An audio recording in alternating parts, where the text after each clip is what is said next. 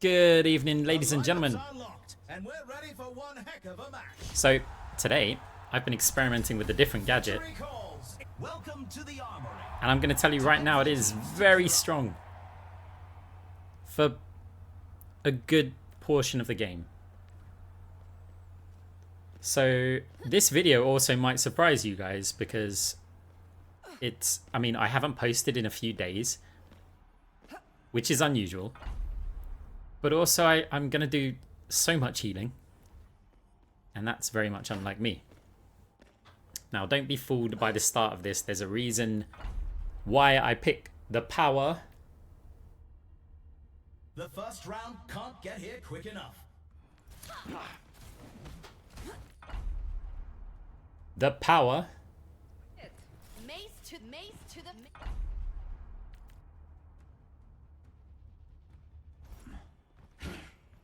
Only 20 seconds left until we The power chain grasp. And the reason for it is because they've got Mercy, they've got Juno, they've got Torb. There's all sorts of like stuff which Phantasm isn't going to be that good against in round one. And I need Phantasm. Spoiler alert, second power is Phantasm.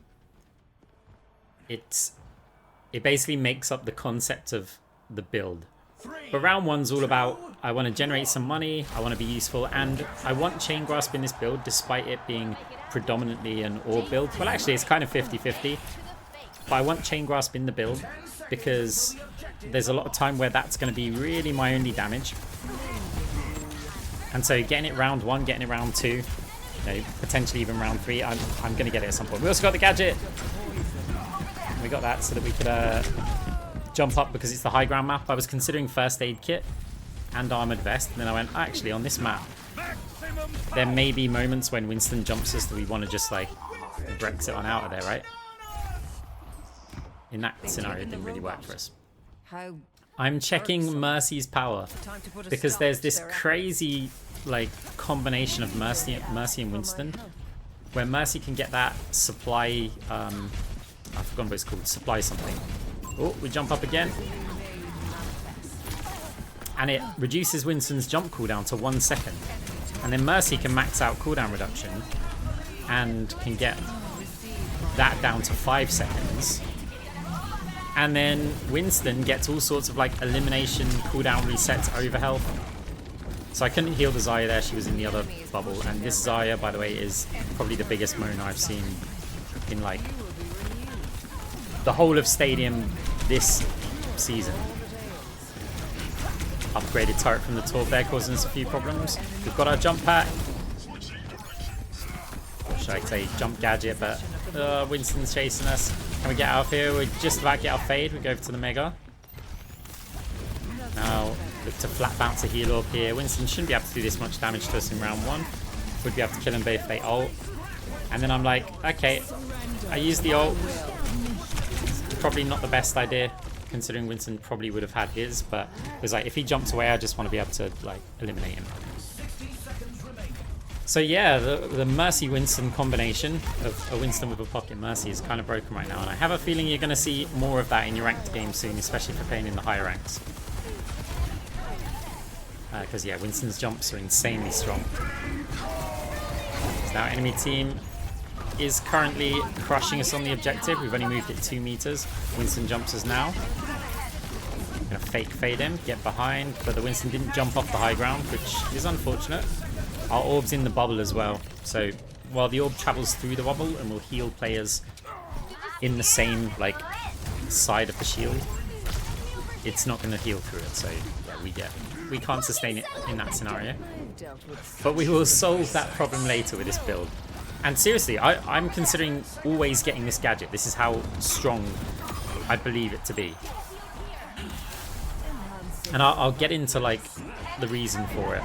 I mean, you'll see the reason, but I'll get into like some of the numbers and things in the round that we choose this gadget. So our Zarya is pushed up, and this is kind of tricky because we've got to leave players on the bot, and look, now we're kind of out of range, so we have to push forward into so much danger, but we can't just like W there because look at the DPS. They've got damage damped Mercy, like, well, Mercy doing the damage amping.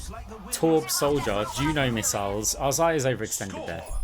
Like, they're complaining, but that's really not where they should have been. I mean, there is an argument that they could say if Reaper was up there with them, that would give us some space to move forward, but we've still got to stay on the bot. So that is the start of the moan, guys. This Zaya just wants to micromanage the whole team. So, we've got to sell our Exo Springs. Field support. So, I know I selected that pretty quickly. But what it does is it drops a Biotic Field, like Soldier 76 in your location. And it will heal at 50 healing per second for 5 seconds. It actually heals for about 255 damage. Or healing even. And when I first saw that, I thought, well, what's the point with Moira? You've got Phantasm, right, with orbs. But look, if we stack that with a Phantasm heal orb and we get Lumerico, we can... Just the sustain this early in the game is ridiculous. We've given ourselves some armor, which is going to help. Even if armor's not doing anything against Winston, it's still giving us increased max life to sustain into. We've got the gadget itself. That's going to give us extra healing, but it's going to give us a different cooldown. So we can choose to stack, or we can choose to use them independently. So we've got Phantasm, and then when we use an ability or our gadget, Lumerico is going to restore some of our armor. Now, against Winston, that's still restoring health, because Winston will treat the armor as health, like as in no damage reductions, but you're still restoring it, right? So it's like we're still restoring health against Winston as well. And I think you'll see the vision here and the power of it. We've got Chain Grasp so that when we do use heal orbs, we can still do damage to multiple targets. It's just immediately tripling our regular grasp, so we don't need to spec too much into it. So right there, we've used both of them. It's not good to use both of them for Lumerico reasons, but I'm not waiting 3 seconds in between stacking them. And it's got such a short cooldown as well. So we can lay down these Phantasm orbs. Try to heal up the Brig. So here we've got one orb, our regular orb, we've got Phantasm, and our gadget is also field support. Is also active. Of course, the bubbles do cause us a few problems. We're going to need to fade to do this, but we need to get our orb closer. We fade to take the Mega. Brig uses Rally. It's just the Brig and I right now. Winston's chasing us through. We've got our gadget. We want to place that inside the bubble if we can. Also Phantasm orb. Winston goes down. Mercy as well. Enemy team has capped the point though. There is this annoying soldier to deal with, but you will see our survivability is pretty strong, even with this Torb turret shooting us, right? Lumerico, it's not too much of an issue. And we can just pop that gadget pretty much on cooldown. We treat it like just another orb. It's a 12-second orb. Now, when I said I'd mention some of the numbers, that Biotic Field does more healing than a Phantasm orb with no ability power. When you start to get ability power, the numbers get a bit closer, but it is like having another Phantasm orb. Now that does also mean that you could opt for damage orbs and then just use that as like a personal Phantasm orb. So here we're just trying to tank as much as we can. I probably shouldn't have stepped out into the Torb turret, but I don't want to be in like one static location while I'm waiting for my cooldowns, and I want to follow my actual regular orb. So enemy team do cap. Fired the orb just in case the Brigs were treating out that way, but they weren't. So again, use that field support. We're getting constant use out of it. It's just another orb cooldown. Now we aren't restricted to healing orbs. We can use some damage orbs, but I feel like the healing orbs are pretty strong. Unfortunately though, our weapon power healing is pretty bad. And look at this. Right, look, we haven't even used the gadget yet because it's only a Winston right now. Now we've used the gadget. That should buy time for our cooldowns. We've got their whole team pretty much on us here. I mean, we tank a lot there. We've done 6.7k healing. So you can kind of see the strength of the gadget. We're losing the rounds because for reasons. But the healing is not one of them. The healing is not the problem here. We're putting out huge numbers. Our team's got a good 4k. Well, when you take into account soldiers healing, we've got like 3,500 more healing. Our damage is suffering because we're predominantly firing heal orbs. Teams are gearing up. So that means that it's time to get more damage. I mean healing, because we picked Precarious Potency. Super Flexor. So I want to pick Super Flexor because we do want a bit more damage for our Chain Grasp, but also Precarious Potency and Super Flexor is a great combo. Because when we apply the heal over times onto players, we're going to get the stacks for a long time regardless of what else we're doing. So I quite like that. We also take a defensive item because I'm thinking, look, I want to be annoyingly tanky here. So we're like, okay, what if we just reduce weapon damage? Like a little bit. It also gives us a bit of attack speed. That item, I've forgotten the name of it. I don't want to get, is it Crusaders? Something? I can't remember, but we picked that blue item. I don't buy it very often. So, yeah. The Zarya is still moaning about stuff. The annoying thing is that when you're on a heal build and you've got a Zarya, Zarya is effectively going to carry the game because the heal build's going to allow Zarya to scale up, get that high energy, and start crushing targets. And the Zarya will be like, God, I carried that game. And it's like, well, yeah, okay. Right, flat bounce and orb. We used our gadget, so we've double stacked him. Soldier goes down there. Precarious Potency is going to help a lot with the healing. Does feel like we can fire some damage orbs here, but for now, stick to the healing. Again, we're just tanking as much as we can here. Our gadget's nearly up. Don't need to drop it just yet. So we fire a damage orb, and then that allows us to use our gadget, which also procs Lumerico, which gets our health back up to full. So I mean, even if you're not using it to heal your team as much, it's just that double proc of Lumerico and the gadget itself, the Biotic Field that it leaves behind, is insanely good for just your own survival. So it's like, we can fade Lumerico here. Now we can drop the gadget. We've got that sat in the bubble. Unfortunately, we fired a damage orb because I thought I was going to survive for longer than I did. Our team's capping the point though. Winston jumps away. That means we're going to get this midpoint for sure. That's good because if in the new format, if they win this round, they win the game. So we tried to bounce an orb in there, but I missed the orb actually. And now Zarya's in a lot of trouble. Briggs also in a bit of trouble. Monkey goes for us though, which we're okay with. It's a little bit tricky, yeah, to navigate the bubbles with this. If we're against another tank, this would be even stronger. Briggs going to get booped off the map here. Yeah. So now Winston's going for us. We can delay that. He doesn't... Oh, he did look like he was going to jump for us. And now flat. Bouncing the orbs. Precarious Potency over onto the Zarya. We've not got our gadget because we'd already used it. But we do have Phantasm Orb. In comes Juno missiles. Monkey's on us. We're standing in the middle of a bit of Torb goop. But Zarya crushing it with that energy high up because of all of the healing. Reaper's low health though. Early Bob. I mean, it may work out. But I feel like that Bob's going to expire before it can really get the value because of the spawns. Still, Zarya gets killed. Precarious Potency was not enough there. I know a solution for that. But for the meantime, we are on the point. And also, this isn't a build that I thought about too much. Like, I've played a few games with it, so I've been sort of adapting it. And this might not be the final build. I don't know if it's better really to go full ability power or a hybrid of weapon power or what. Like, yeah, it's just you can see the vision. So enemy team look like they're going to cap. Zarya could push, and I'm actually surprised that they're opting to retreat here. Bounce the heal orb for them as well. Monkey's over onto the Ash. Ash gets deleted by the Winston. We're a bit fearful of that. Yeah, we're trying to save our gadget a little bit here because of the danger of Winston.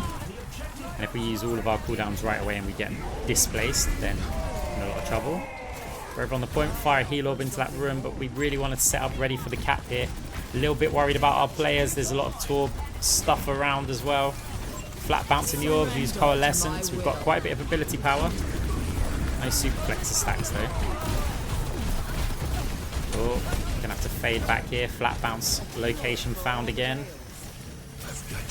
Right, Gadget gives us a bit of healing against the soldier who gets absolutely evaporated. Zarya with a grab. Fire a damage orb, see if we can steal a couple of limbs at the end. And yeah, good heal stats from both Modsy on Brig and myself. You can really tell Unusual. what the playmakers are. I never have the most healing in any game that I play. And yeah, it's just that combination is really, really strong for a heal build. And I still like having Chain Grasp here. Like, I still like the fact that we can get a bit more damage and we have options to change. So, sell Crusader. Oh no, we keep Crusader Hydraulics for the time being. I know what I want, and it's not on this page. So we buy Extendrils. And then it's like, what can we buy for this? Now we sell Crusaders. Looking around, smart orbs. Should we get the debuffs yet? No, because we're still kind of using heal orbs. Extendrils helps with the range of the orbs. Biotech maximizer. So when you heal, cooldown's reduced. That certainly is an option for us. So get more orbs, get more fades. Power playbook. I mean, we're leaving so much money on the table, which I'm not happy about. But I still feel like the gadget gets a bit of value. The longer the game goes on, the worse that gadget gets. So if you don't like the look of this, like at this point, I would say round 2, round 3, that gadget peaks. And then after that, you can sell it. But it has got a low cooldown. It's just another source of healing. And even if you're on a damage build, that gadget's really useful. And I'm going to be incorporating that into a lot of my builds, because sometimes you just run out of cooldowns, and just having that sustain in a 1v1, it's like 250 health over 5 seconds with a 12-second cooldown. It's really strong. Okay, they're too far away there for us to go back and peel, so we're going to focus on the Xayah. Okay. Oh, Xayah's getting weak. We do have a lot of healing though. Precarious Potency doing work while all of our cooldowns are down. Fire damage orbs here, fade forward even. Now, yeah, make sure that we get the attack. Get hit by a couple of Geno missiles, but they didn't really do too much. Set up some healing for the Reaper here before we fade out. Leave the Phantasm orb behind. We are slowly moving the bot. I wanted to fire a damage orb there, but I just wasn't sure. So we fire a healing orb in prep, ready for this. We're going outside of the bubble this time. We've used our gadget. We've also got another heal orb, but Torb crushes us there. We got a lot of damage taken at once. And at that point, I'm thinking, divine intervention maybe. Because while we've got great sustain, we're suffering from burst. Like, burst can still get us. And now their team doesn't have crazy burst damage. Torbjorn's kind of damage over time. Monkey's got a bit of burst with a jump, but it's not wild. You know, there's no Ashe, there's no Freya or anything. We've got time generally to sustain into. As our Xayah grabs, but we make sure that we get some healing, because apparently we're a heal bot Moira now. There's some damage. There we go. Here's how Arc's going to plays. Fade the Juno missiles, leave behind a damage orb. It's not going to... Damage orbs from Phantasm are not that good when you haven't got the debuffs with them. Try and heal up this Reaper here. We're pushing forward. We want to block there. We've got Orb and Gadget. Sat down here for us. We've got another orb. We go for a damage orb. We've got Coalescence too if we need to use it. We can always fade. Drop off the damage orb. Now, healing orb here. Going to tank this soldier a little bit, get behind cover. Heal Reaper, Precarious Potency, charging up those super flex stacks as well. Reaper's taking a lot of damage though. Don't know if he's got any defensive stuff. In comes Soldier as well on us. We're tanking that just with Coalescence. We need our gadget up, so we've got to run around the pillar just a little bit. We've got our orb. That should buy time for our gadget at least. Gadget's procced as well. We've got another... Oh no, that was Fade even. Phantasm, we've got our gadget. We used that. I think maybe if I used the gadget a little bit earlier, we might have had more of a chance there. But still, good sustain, and our teams... It takes them so many resources to kill us that our team's able to just move the cart a long way. But 2 of our players dying, getting staggered there. I mean, they did make progress on it. What I want to do here is go and block the enemy bot, the enemy cart, because this way I'm hoping that if there's just like one player pushing it, I can just fade out, and I've just stalled it and kept our kind of objective advantage. It didn't work out too much, and we all know what's going to happen as soon as our Xayah dies. Here we go. Why are we pushing? Can't even bubble. Yeah, you're not the main character. Like, it's not all about you. We have our own visions. We have our own builds here. Oh, Bob, can we get there and provide the healing for Bob? Precarious potency with one orb, with a gadget as well, with a Phantasm orb. Enemy team's not touching the... They're not touching the cart. Let's check the standings. They could have maybe won that. 2-2. I don't think they realised it's overtime. And in all fairness, overtime is quite difficult to notice on those maps. Because you normally just, you know, it gets towards the end. And then you just assume that the map's going to continue until one team pushes. But there is still an overtime.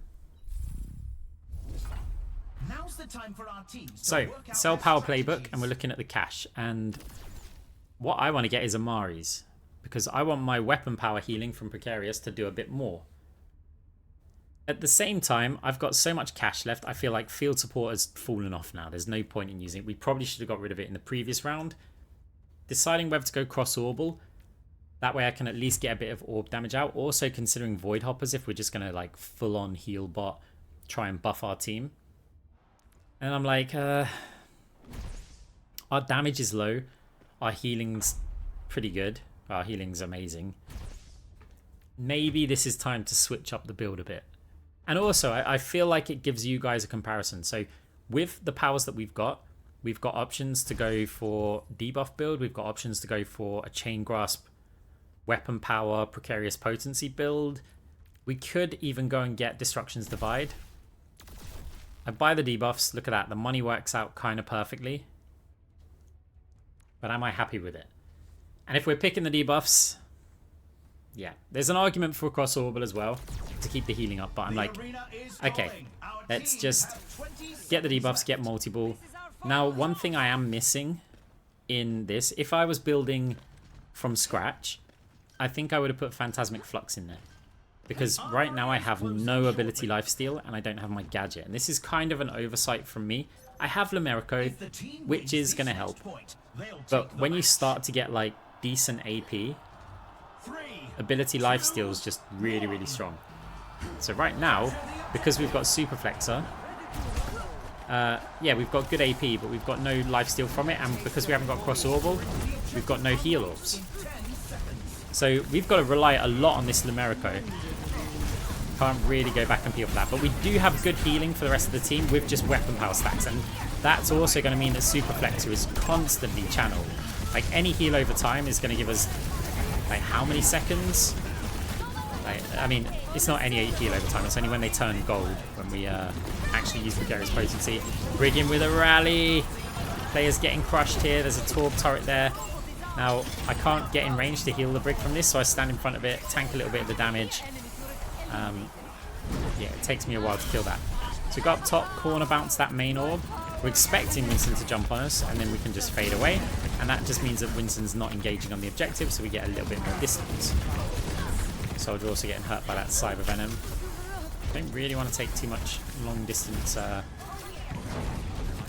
damage from the Winston there. These are Coalescence expecting players to be in better positions, like they were kind of moving forward and then that didn't really work. But Coalescence is a long ult, we can still get some value out of it. The other thing about not having ability lifesteal, it's not the end of the world here because we have a Brig. Like, you get a lot of random healing from a Brig. And so just them being kind of around us really helps. I mean, for one, they can put packs on us. Mercy gets caught in the grab. Good grab from the Xayah. Going to fade away here. Make sure Lumerico gets our health back up a little bit. Xayah's over there. Kind of far forward. There's a turret isolating her from us here. So we can't really get to her. This is the Xayah making a mistake. We're not calling her out on those ones though, are we? And she comes back and it's like, well, we could have probably made more progress if you were there because the Winston would have jumped away from the bot. Still, the Xayah is playing reasonably well. Like, we credit where it's due. Fire damage orb there. Precarious Potency gives us enough healing that we're really not that scared of using damage orbs. We have to use damage orbs because of the debuffs, but we're not, like, really concerned with emergency heal orbs. Because Liquid Nitrogen also slowing down the soldier and making his build a lot more ineffective. Let's see now, got a chunk of overhealth that does get taken down. 30 seconds remaining. Team's doing well. If we lose this round, we lose the game. Win this round, win the game. We jump up top, but there's too many players. Oh no. I was expecting it like last time where I can go up there, survive, like fade jump up there, fire an orb, dance around for a little bit, get my fade in time, but there's just too many. Now maybe with Phantasmic Flux we could have done it, but have we just thrown the game for our team? We've got Coalescence coming up, so they just need to survive for a minute here. We still fire the damage orbs. In comes Coalescence on the team. Enemy team need to get a touch. Nobody's moving forward, so we might be okay. Juno trying it. Doesn't get there in time. We come out with a victory. Guys, what do you think of that build? Like, what do you think of the gadget? I really, really like it. And for like 4,000 or whatever it costs, it's crazy. And what this Xayah here is saying is wrong, by the way. Vanadium is not a 100% must pick for Reaper. It's a very good item on Reaper. But the problem is, you won't have an ult for a long time in the round. And it only gives you 50 shield. So it's not as black and white as this Xayah is making it out to be. Anyway, guys, GG's. Like the video. Bye.